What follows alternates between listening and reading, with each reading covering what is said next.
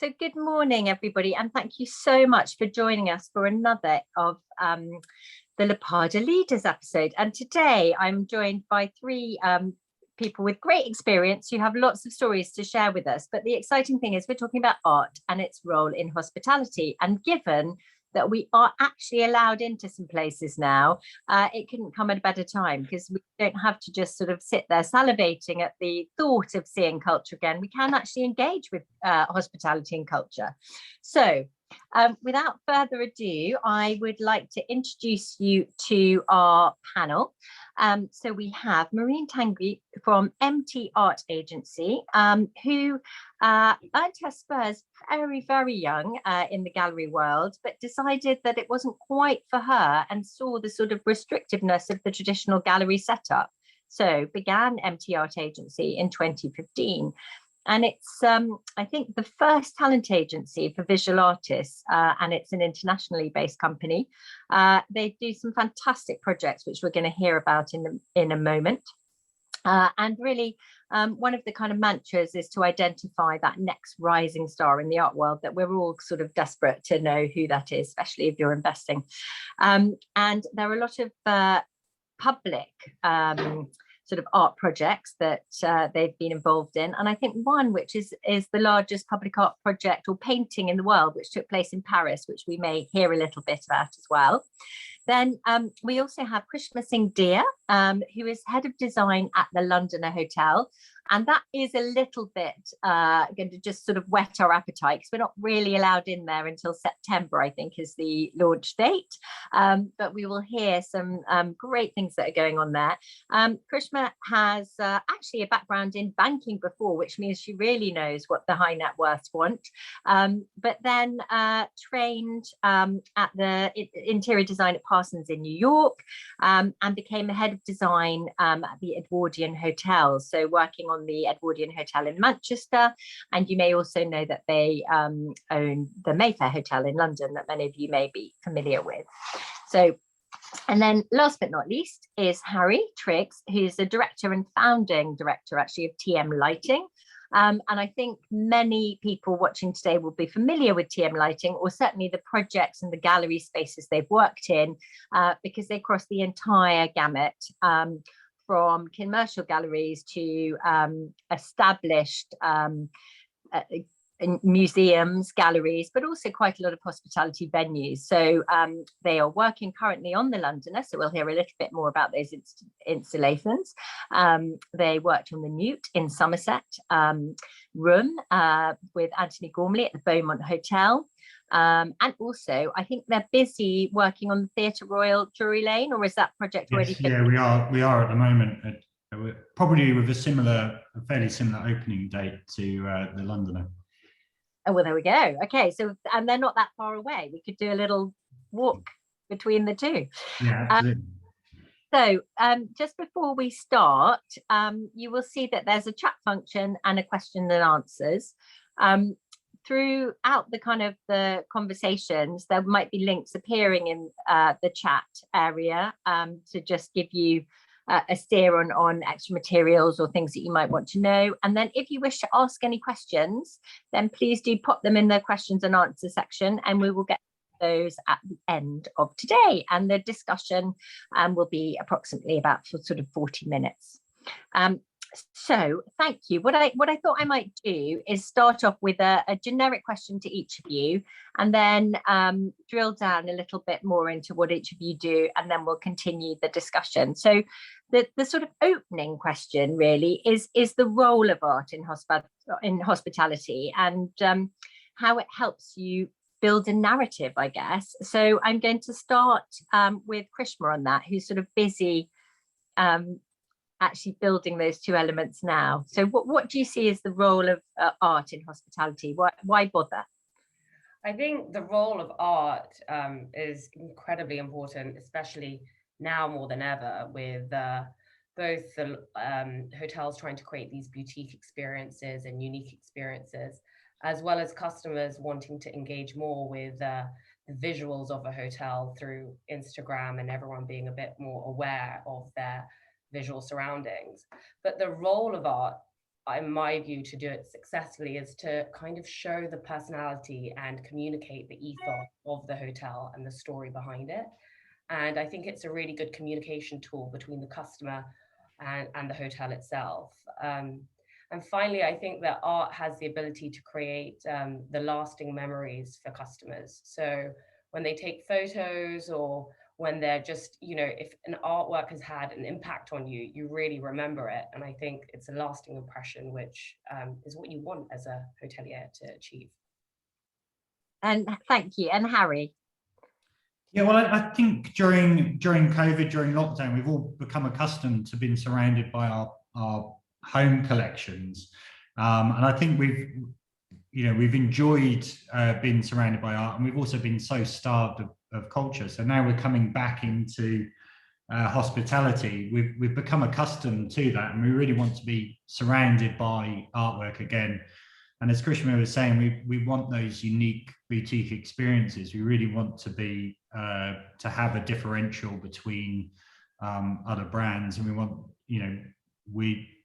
I suppose the enjoyment of art is crucial to that experience now in hospitality. Yeah, no, absolutely. Thank you. And moving on to Marine, I wonder actually, as well as answering that question, whether you might give us a little introduction to what you do, really. And I forgot to mention all the awards you've won as well in kind of creating these. So nauseous. I'm glad you didn't. Is it possible to get what I sent on the screen at the same time, so then I can just talk it through? But so I think two things that I'm really passionate about is, one, rethinking how we can support artists and how we can therefore provide the best support behind them. So we finance artists in the start of the company in terms of studio and production costs, and have a team that manage them and hopefully make them accomplish their dreamiest of projects, but also the people they want to meet and the coverage they want to get, which is quite magical. The model is built on the talent agencies that you have in Hollywood. So my mentor, Michael Lovitz, built CAA, which is one of the biggest talent agencies in Hollywood. And the way he was talking to me about how he built the careers of famous, actors or musicians or sportives really inspired me, because it felt like a much stronger accelerated and support system that I was foreseeing in my past business, which was a gallery in Beverly Hills at the time. So that's on the talent agency. And the second thing, so very similar to Hollywood, but not only do they represent usually actors, but they also build really incredible concept for the studios to sell, whether that's a movie, whether that's a campaign. So we're very similar, where we like to spot hopefully the most inspiring artists and really kind of support them. But we also like to make sure that we can integrate their art in the most incredible of projects. And that's more the creative agency. So today I specialize in the creative agency. And because I wanted to make sure that you kind of got a glimpse, because I think that sounds, that reinforces the panel a lot more on the hospitality and the need to support that as well. We had a very special pandemic, if I can say this, because it's obviously a drastic time. But one thing that is a positive is we were able to really reinforce the role of the arts through that by all the public art projects that we did. And we helped Westminster and the Crown Estate throughout to reinvent Regent Street, to reinvent multiple streets that we're working on, integrating public art and supporting their retails. And nothing made me more happy than showing that actually art is not just something that comes when you have everything, but actually even in a time where things are difficult for their shareholders, then it is something that can really help. So that was incredibly meaningful, as horrible as the pandemic was. To be able to show that. So if you go down through the PDF, I think there's a few key examples. Rosewood Hotel was obviously closed, like a lot of hotels were closed. So they have this beautiful courtyards in Holborn, and we were able to put like a neon sculpture by Lauren Baker, who is here captured. So we had actually lots of people who emotionally on going through all the walks that we were allowed to do. We're going to see this, and it was quite nice. It was popping up on Instagram every 2 seconds, and I think for Rosewood as well, which they have the sense of like real magic. Like if you go into the whole building, it's kind of this grand Georgian building. It has almost marble everywhere. And that statement very resonated with what Rosewood wanted to sell at the time. So that was a really nice way to make sure that the Rosewood was staying in people's mind, and it was using the public art side of sculpture of Lauren Baker to do this. Other examples through the PDF are, if you continue to scroll, and that's a really nice shot of the Rosewood. That's very recently, we just turned, so that's actually really interesting, and I'm sure that's something that we're going to explore with Krishma and Harry, but we spoke about it for earlier, where we said, how can art be also part of the storytelling and the narrative of the hospitality brands that they partners with? And I think Bagatelle was with Opera Gallery, and they decided to have a complete rethink on what they were standing in terms of visual image and perception in terms of their clients, but also who they were attracting and how they were going to do so, and how they could be associated with a side of the art world that was a bit different. So that's a piece by Robert Montgomery, who is an amazing artist that has always this poetic, this poems that you see either as land art piece, either as sculptural pieces. And we've kind of helped them to shift the way they're perceived. And I think to have poetry in an environment that was, not really so much poetic before that was really meaningful as well. And I think it's helping shifting the narrative that they want to have. So if we continue. Yeah, that's a few examples for Bagatelle, which is a big change for anyone who's been partying and throwing champagne bottles at Bagatelle before. This is quite a change in terms of the aspect that they used to have.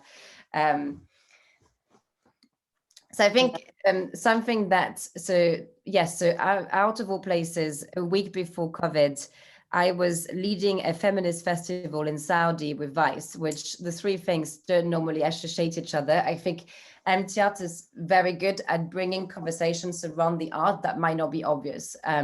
So, you mentioned that one of the projects that people really have in their heads for us is when we closed the Champ de Mars in Paris in partnership with the Eiffel Tower, our artist Sape and The Guardian. But we really able to bring different shareholders behind a project that probably wouldn't be able to speak in the first place. And that's something that we're super passionate about, because we really think that's also something that's really strong in terms of all the arts. So that's a key example of an amazing public artwork by Lauren Baker, surrounded by the cliff of Alula in Saudi, which is incredible. And also amazing that it was a female artist, and amazing that it was in that context. And I just had generally the most incredible conversation there. For any music lover, Jean-Michel Jarre was the Belgian musician behind that, which was matching literally the art with the music on the cliff. It was absolutely incredible. Wow. I mean, I would have loved to have been there. That looks incredible. Intellectually fascinating. And so that's the last one and final one for me, because I think we should definitely hold on to the other two. But that's actually really interesting, because when all the retail stores were closed, we said to L'Occitane, realistically, it's not because the retail is closed that people are not going to pass by the retail. Of course, the footfall that has gone through Regent Street has drastically gone down, but there's still a lot of people who work and live there who were still passing by. And I think the way you build emotional attachment to a brand or a company is also during times that are not easy. So we actually advise them to you can see that the upstairs floor in this translucent vinyls, almost like churches, where you kind of see through and then you project light behind it. And that was the peak of January and February, where there was no light at all. And then you can see on the left-hand side the self-portrait of Claire Luxton with our modern Cindy Sherman about it. And that was super well received in press, super well received on social media. I think they were a bit scared to do anything in that context, but actually turn with the right narrative was really well perceived. And I think something that we could therefore track in terms of how people then came back, but the second they opened and mentioned it, which in my head reinforces the fact that, of course, it's hard to make this decision when you don't know the future of the company or your teams as well. But I think in that instance, that was a very successful study case for that. Amazing. Thank you. I think I couldn't agree more. It was very obvious and it felt very sad. Those shops that kind of closed dramatically on the last lockdown, and the Christmas decorations just kind of dust for months on end as you walk past, thinking, God, this is, you know, even if you're doing an online business, actually it's still your shop window, and that was so important. So going to get back to Krishma, I think, in terms of you're kind of in the middle of building this, but one of the things that sort of worries me always with hotel art is how do you stop it just being a sort of backdrop decoration? So well, I think we've touched on it in some of the examples that Marine just showed, but what I think separates it from being that is when you involved whoever's curating your art, as well as push the interior designers and the architects and the engineers to sort of have that discussion about art quite early on, or try and have the flexibility, if they're not brought early on, to work with them in order to integrate the artwork. So it's just it has a feel of that it's part of the narrative, as well as the fact that it's just got this holistic view with it, so that it sort of made the most is made out of the artwork. So I think we've got a few examples in the Londoner where, well, we've got one in particular on the building where we had to do some public art. It's in the presentation, but it's integrated with, we had to integrate the artist Ian Munro with the architecture from Rob Stoyle, as well as Woods Baggett. And in addition to that, with Arapart engineers to integrate these hand terracotta tiles into, which was our public art, into the facade of the building. So, I mean, I just think it really does stop being a backdrop when you integrate it in so many different ways, that it's actually part of the materiality of the hotel itself. And how, and in terms of how that's expressed when people come and when they book, is that sort of front and center of how this super boutique hotel is going to be sort of marketed, shared with people? It will definitely, the artwork of how this is marketed is a key part of the hotel. So we're actually training also all of the staff. The staff are just amazed by the artwork as it's going up, and they've all got the art Bibles and learning who all the artists are throughout it, and it's all part of the narrative. And like, you know, we had from the very early discussions, because we were creating a hotel which was a new brand in itself. So the Londoner, I mean, it's a new brand for Edwardian hotels. It's and when we were giving the briefing to our interior designers as well as the art consultants, the way that we wanted the art to be portrayed was to show this personality. So it was the fact that we wanted to have this show that we were a diverse, we wanted to attract a diverse crowd. We were very inclusive. We also wanted to have this idea that we had a sense of wittiness. So because a hotel of this grandeur, we just wanted to have a little bit of a sense of humor, and we integrated that in a funny way with these letters in our bathrooms as a sense of like toilet humor. And it's just these little nods, I think, which will just like intrigue our customers. They may not see it all to begin with, but I think it's part of the journey, and like, you know, conversation points between customers when they're in the hotel. So, and it's also the job of all of our hosts to be able to explain it to our customers. So is the toilet humor going to translate into every language? I'm not sure.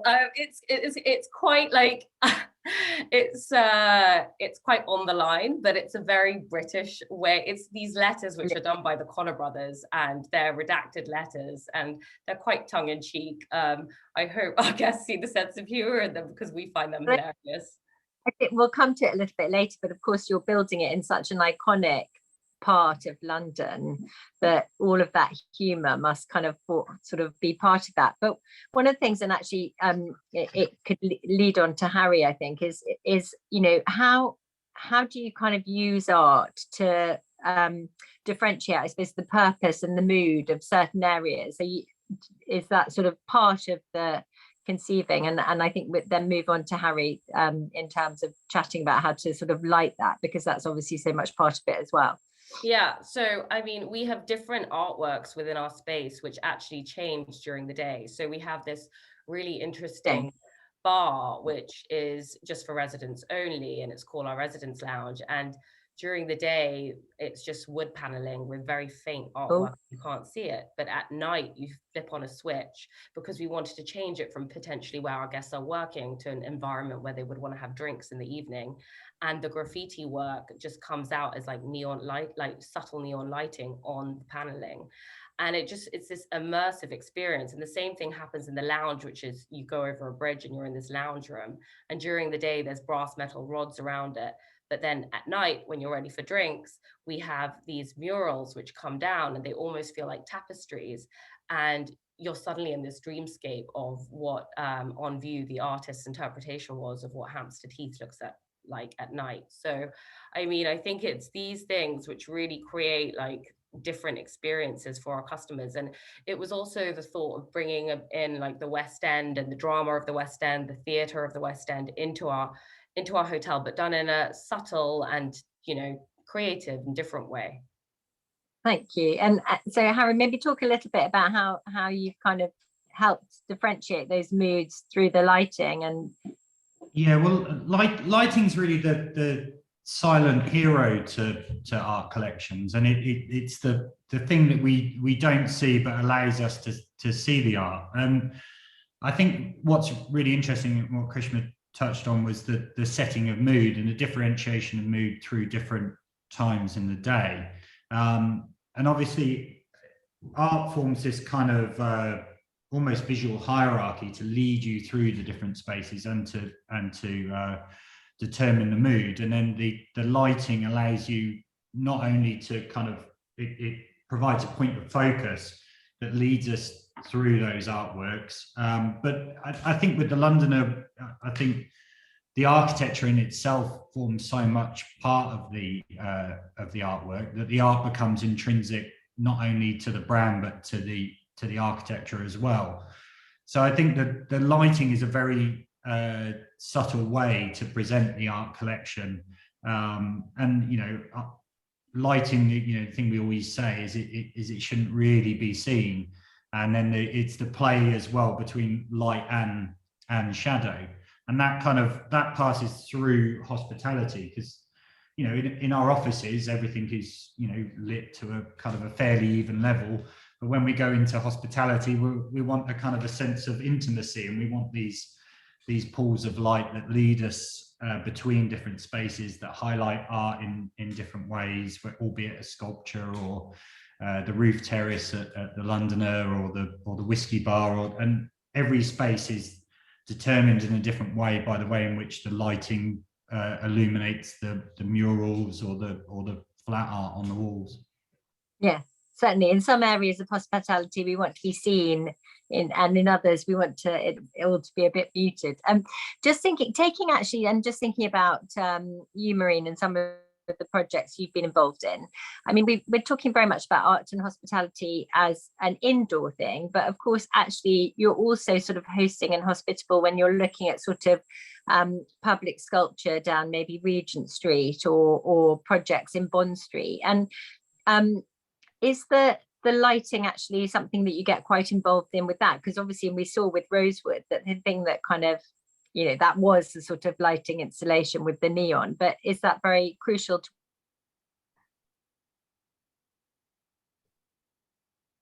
Oh, we lost her to Wi-Fi.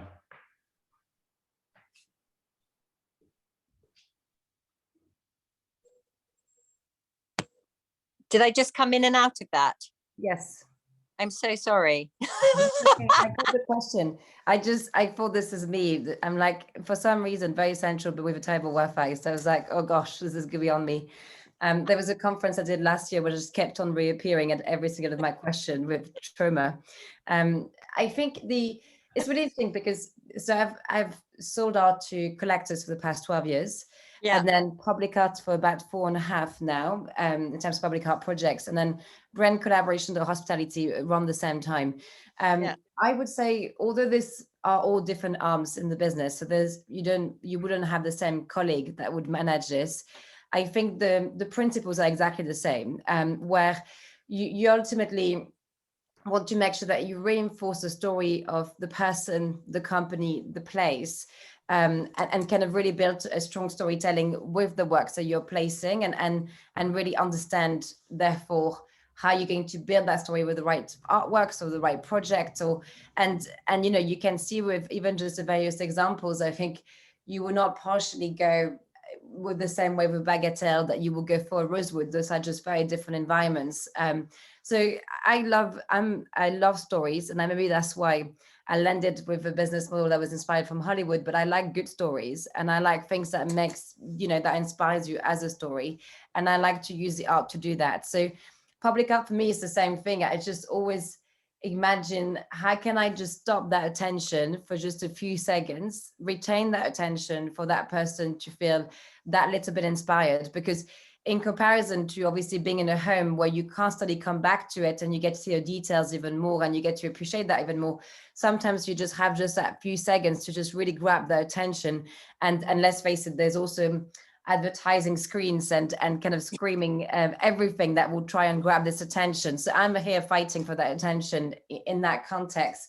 And it's magical every time you kind of attract it. I mean, my favorite thing is always, and I share this with some of my artists, is to hide from a wall of a distance, or like being in a cafe and watch the reactions of people towards the public art, which is the same, I'm sure, for Krishma and Harry when they see people finally in the spaces, you know, of the Londoner, and see people kind of thinking this is truly magical. So I think the drive is the same, and I think the passion is the same. In terms of the lighting, I mean, the UK and the pouring rain is definitely not the best lighting. I'm currently working on an amazing project with URW in LA, and I must say, like, I'm quite excited about this lighting over some of the projects I'm putting forward. So you have to bear in mind, therefore, that I think the UK is a place where I would want to add as many colors as I can. I think when I do the public art project, and I would want to add as many textures, because I'm also conscious that I can be more settled in a country where there's literally sunny light. And you've seen that in Saudi as well, where you have this beautiful desert light. You can be very settled in the metal that you use, and you don't need to reinforce anything. I think it's more, you have to be conscious of the weather forecast and the place you're in, and the time that people will be able to spend looking at it in that context. So it's exactly the same that if you were in a house or if you were in a hospitality context. Thank you so much. And yes, apologies again for my in-out, but hopefully that won't be happening again. Harry, just thinking about your comment earlier at the beginning of our kind of a thirst for culture, do you think lots of people are using art as their way, art and culture, to bring people back into their venues post-pandemic? And I was going to maybe add to that a little bit about how venues and businesses use art, and then that allows us to show some of your wonderful projects as well. So maybe if you answer that and could speak to some of your projects and we can share your slides, that'd be great. Yeah, if we could bring up some of the slides. I think people are, I think Marine touched on this. People are very hungry for unique experiences, and I you know, albeit the drive of Instagram and social media, but also I think as well, we've been so starved of galleries and culture and exposure to art at the moment that we're desperate to go out and see art, be surrounded by art, and having art in hospitality provides us with one of those unique experiences to allow us to do that. And the slide that was just up a moment ago, that's disappeared briefly, was of the Beaumont Hotel, and that's a really interesting one. So Jeremy King commissioned the Beaumont Hotel commissioned Anthony Gormley to make this 4-story artwork that sits up on the facade, and you can rent this artwork and be within it. And it's a fantastic piece by Gormley, and it's about it's almost entirely about light and our recognition of light. And we had quite a surreal moment where I'd lay in bed with 20 contractors surrounding us, with Anthony Gormley lying next to me, where we were staring up into the ceiling, talking about whether we could see the light yet, you know, with 20 guys in high vis surrounding us, which is, I think, probably one of the most surreal moments of my life. And after about 12, 15 minutes, the cones at the back of your eye become accustomed to the light, and you start to make out the very foundation of form. But of course, it's a very difficult thing to realize in a very, very dark space. And this is a phenomenal project to work on, and we're involved with a number of consultants, and it was I think this is very different from what we were talking about before, which is art being intrinsic to the space. It's more about a hero piece of public art to gain people's public interest, rather than art throughout the space. Not to say, obviously, throughout the restaurant there's art as well, and art is intrinsic to the space, but here the focus was on this large public piece of art. And as we go through some of the later photos, this is an interesting one. This is a work by Richter in Beaverbrook, and this is again having striking pieces of artwork in public areas that you really are ultimately drawn to. And of course, most of the time in public spaces as well, we lose the art. It's not well lit, it's not well illuminated. It just becomes a kind of a background to the environment. But by being able to enhance it, suddenly it becomes a centerpiece to this foyer. And as we this again, a very interesting piece. This is Brasserie of Light in Selfridges. We do a lot of work with Damien Hirst, from his exhibitions through to private pieces. But this is great because this was obviously a piece of public art, a piece of public sculpture. The wingspan of Pegasus is, I think, is about 6.5, 7 meters, and it sits above the main portion of the restaurant. And it's almost a kind of a mirror ball of light that reflects and refracts through the space. In the mornings, it gets this incredible natural light as the sun rises. And in the evenings, of course, it becomes this kind of glowing center point to the restaurant, which has become, it's intrinsic now to the food, to the decor, to the uniforms, to the whole brand. And of course, lighting of this piece is crucial, very difficult to implement because there was so many different parties involved, and we came in very, very late in the game to be able to do this. But again, I think the concept, if without this artwork, it's very much it's another restaurant, it's another brasserie, but suddenly there's this huge point of differential where people not only want to go for the amazing food or the drinks, they actually want to go for the experience. And and I think, as Marine was saying again, the idea of unique experiences is we're hunting for those, and I think we always have.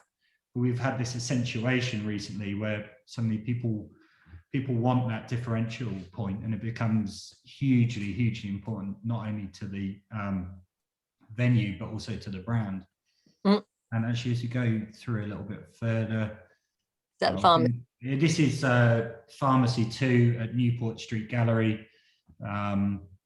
Again, these beautiful stained glass pieces which illuminate the restaurant, and you can see the train going past, but in the evenings they're self-illuminated with this kind of diffuse light. And then the following image, and I think this is an interesting one. I think, again, we were talking about the integration of art not only into hospitality but into retail, and this was an interesting collaboration with Victoria Beckham and Sotheby's Old Masters. So you've got this incredible juxtaposition of classical art in a very contemporary space, like beautiful architecture, with obviously contemporary fashion as well. So this idea of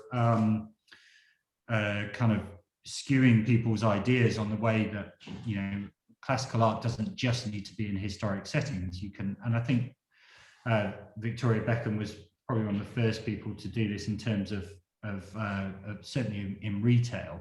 And this is a really fascinating idea. Yeah, no, it was a great project.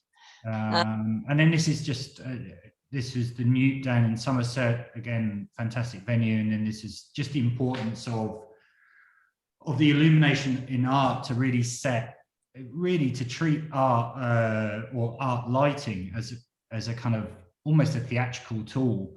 So here we've got kind of ambient lighting within the space, but we use picture lighting here as a tool. And so we're working with the consultants to use picture lighting as a tool to highlight the walls, because of course, most of the time what we actually see is the walls. We're looking straight forward. And when the walls aren't illuminated or they're plain or flat, we're not really looking at anything. So creating these gems of interest that we're focusing on as we walk through your space. And picture lighting has this lovely way of creating these little pools of light, accentuating different artworks, which is a crucial part of our appreciation of a space. Provides visual hierarchy, visual definition, and also a kind of almost a domestic warmth to what can be quite a, it can be lofty or kind of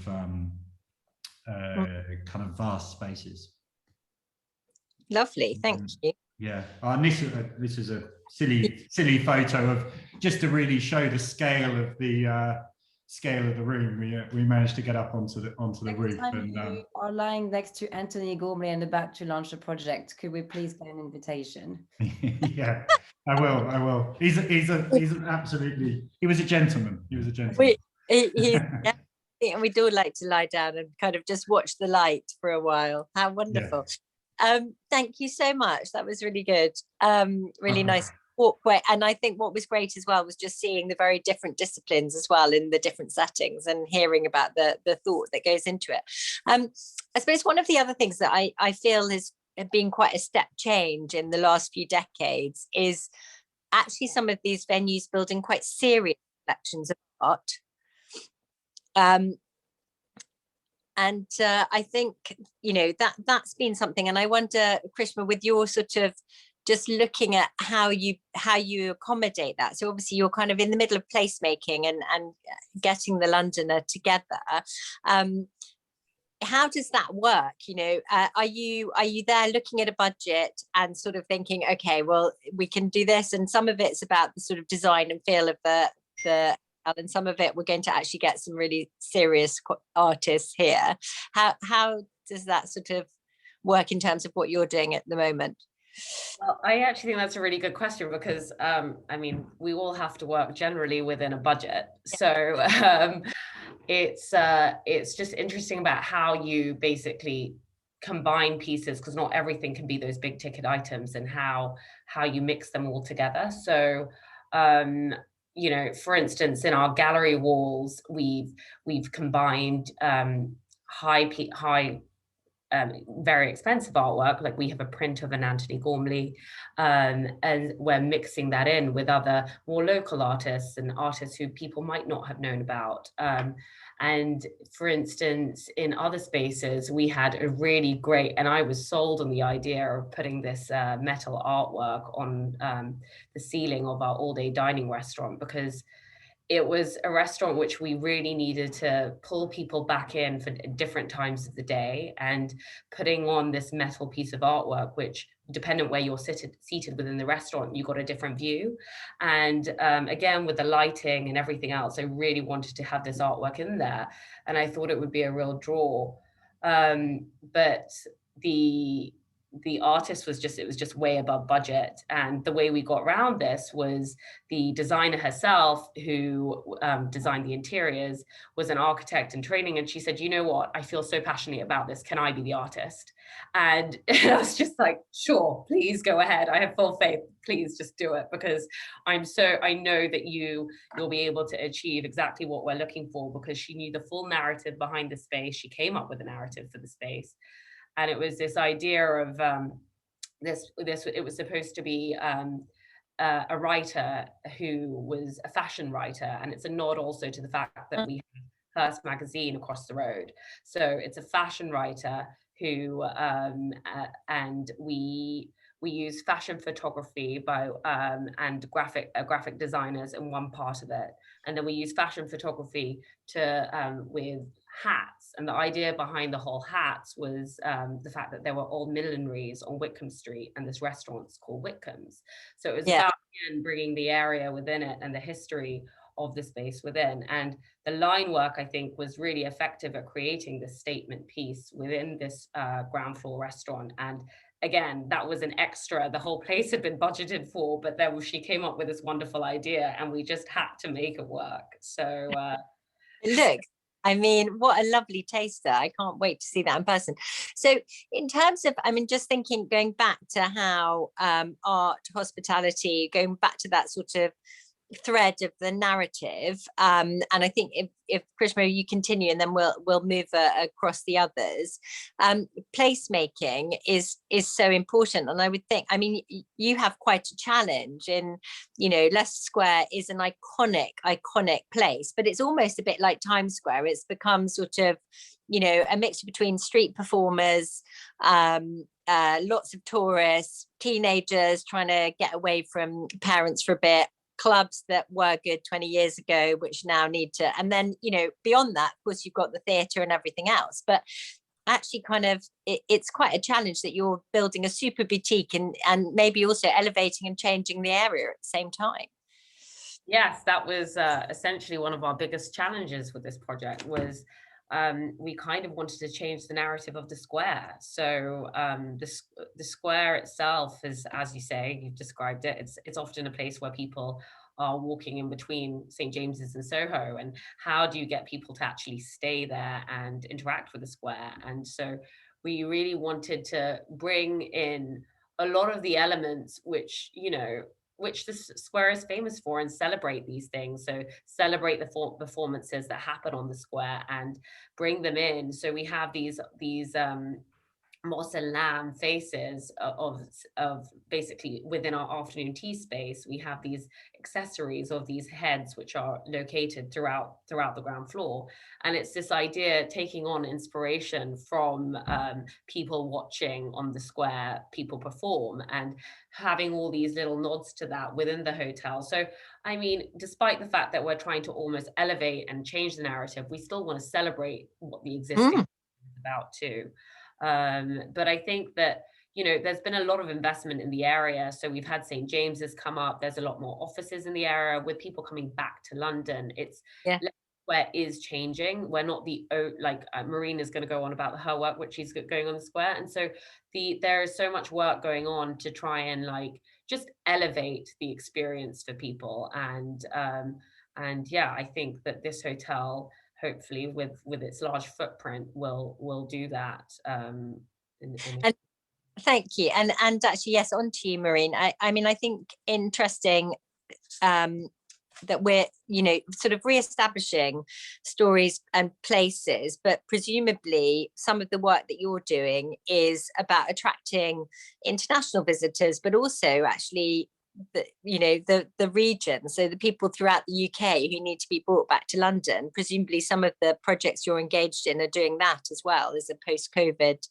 Yeah, and I think the reason Krishna was alluding is because I've heard of her work and the Londoner for a few months now, because we're working separately with the bid holder on the square itself, so on the public art side. And I think that shows how exactly what she was saying, how hospitality can shift the way we perceive a place, and also how art therefore can reinforce it. And ultimately, it's really discussing, like, how do you build a sense of community? Who is that community? How do you reinforce that community with the art that you bring forward? And so, although I sadly can't say much, we're specifically working on this square with something really exciting and literally incredible artists for something permanent as well, which is specifically looking at dynamic on how the square is evolving from just purely a touristic place and actually to be recognized in craft, in design, and in art as well. So it's, you know, and I think the best example, and they're clients of ours as well at Capco, on how Covent Garden 20 years ago was, you know, a few stalls, never kind of visited that much, and then how by commissioning art, by bringing the right brands behind them, by being very selective in how they were doing it as well, you know, Covent Garden had become pre-COVID, and I'm sure will continue after COVID, one of the most most visited, but also the place to be in terms of London. And I'm sure you remember 20 years ago that this was just like little markets that you would not really go a full detour to see. So you see constantly how art and placemaking have been really at the heart of it. There's a talk, and he's a friend of mine, he's called Daniel Glaser. He used to be behind the Science Gallery at King's College London, and he's a neuroscientist by training. And when I was starting, I did an academic paper in the value of public art and how you measure it, how do you relate it to people as well. And he was very much an inspiration for it, just purely because he was talking about what is the emotional engagement with the place that you live and work with, and how do you transform that? How do you impact that positively? And that is at every level, whether you're a commuter, whether you're just going through a place quickly and passing, whether you actually work and live there. And I think I've always loved the neuroscience approach to that, because I've been going back to what Harry and Krishma were talking about in terms of places of hospitality. It is about how you feel in that place. So it is completely emotional, and the lighting will make you feel a certain way, and then the art will make you feel a certain way. And I think it's the neuroscience part of it is really relevant to placemaking. That's really interesting. Thank you. Before, I can see we've got some questions mounting up. So before we go into questions, I've got one more slightly random question for you, Harry. I'm just looking at the artworks behind you that I think are a sort of repro of pictures that you've worked on in the past. But is there an artwork or a venue that you would just absolutely love to get your hands on that you haven't managed to do yet? What would be the absolute? That's such an unfair question, isn't it? But it's just struck me. You showed me the Rembrandt, you showed me what canvas, what artist haven't you got your hands on yet? We've been afforded such an opportunity to work with so many of my, I suppose, hero artists as a student, and I think, God, in terms of collections, we've done them all. Well, actually, Marine touched on a Michael Ovitz from CAA. We had the opportunity to light his house years ago in LA, and he has probably one of my favorite private art collections that I've ever had the opportunity to work with. And when we were working together, he kind of was floating the idea of following Getty into doing his own gallery space. And if I would love to be involved in that. I think that would his collection of artwork is my absolute favorite. Really? We get to see a lot of private art collections, but he's really got some, from I don't know, Jeff Wall to Solar Wit to and a lot of commissions of Solar Wit's sculptures as well. Wow. And line work. I think those are those would really be up there. Maybe some more Henry Moore sculptures as well. That would be a real. That'll do it. Amazing. Thank you so much. We're just going to sort of have a look at the questions, and I'm wondering, are you okay to look at those, Gillian? Just because it's quite hard on my phone.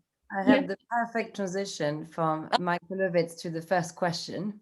Because the first time, and I'm sure you will know therefore, Harry, the first meeting I had for 4 hours trying to come up with something deeply intellectual was in his Rothko room, where he has like the burnt table made of ashes, and then the Rothko. And that was my 23-year-old self was trying to be deeply intelligent, and that was definitely a moment I remember very deeply, therefore, from the Rothko impact that they had on you at that point. And I think that kind of, I mean, I love the story as well of the Seagram, but I'm actually saying it as a transition to a partial answer to that question, that I wasn't feeling reassured that much by the Rothko surrounding me at that point in time. And I think that could be, I mean, it's a much longer story to why it didn't stay and how uncomfortable Rothko was in that context to not having his painting stay, because he didn't really like the idea of people just eating, and didn't like also the people who will go there. But I also feel like, I remember him saying that, obviously not personally, but reading Rothko saying that he wanted to intimidate people who were eating there. And I remember feeling very intimidated in that room. So that is probably maybe why it hasn't made it past history. Love it. Okay, thank you. Let's see if they're. I also just wanted to, earlier I wasn't quite quick enough with my share screen when Krishma was talking about that lounge that has the tapestries come down. So if I just share that again, and people can have a look at some of those slides. Is that? Yeah, so this is in the part of our residence lounge, which is only accessible for our in-house guests, and it's the second out of the space, which has it has a brass rods behind it, which are open, and actually 6 stories above, it's actually open to the elements. So it's got a covering, but if it's a good day, it will actually be light from outside 6 stories above during the day. And in the evening, when we're trying to create this different mood and atmosphere, these murals come down. And I mean, I just think it's so great the way that they've painted the ceiling, as well as and had these artworks just integrated completely with the room. It just makes you feel like you're in this very immersive space. And this moon reference is like constantly referenced throughout the hotel. There's sun and the moons, there's a moon above reception. And it goes back to the roots of Leicester Square, and that there used to be globe makers on the square. And we just thought we'd subtly reference that with the moon and sun. So, and it's like, there's a nice nod to it, the penthouse right at the top of the hotel with a big moon on top of the bar. So it's just like a nice bit of narrative continuing through the hotel. We can't wait. When can we come? Is there going to be September. Is it going to be an opening preview that we can all kind of come to? Yeah, we should definitely organize one. We can organize a tour. At the moment, you have to wear PPE though, which is not great. Not a hard hat any longer, just the PPE.